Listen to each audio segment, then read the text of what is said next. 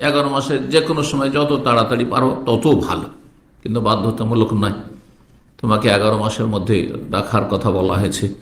11 মাস পার করে দিল, সামনে রমজান চলে আসলো, বিনা ওজরের, এমন কোন সারি ওজন নেই, তাহলে সেই ব্যক্তি গুনাহগার। যদিও তারপরে কাজা করে, কাজা অবশ্যই করতে হবে তার মুক্তি লাভের জন্য, কিন্তু গুনাহগার। সুতরাং এখনো যে 2-3টে দিন রয়েছে, তাতেও যদি কারো সিয়াম কাজা থাকে, আবার স্মরণ করিয়ে দিচ্ছি, সেই সিয়াম রোজাগুলি রেখে নেবেন। আল্লাহ যেন তৌফিক দান করেন। রমজান মাসে আমরা কিভাবে প্রবেশ করব? প্রস্তুতি 1 নম্বর যেটি বলবো সেটি হচ্ছে আল্লাহর কাছে দোয়া করা, যে আল্লাহ যেন আমাদেরকে রমজান মাসে সহি সালামতে পৌঁছে দেন।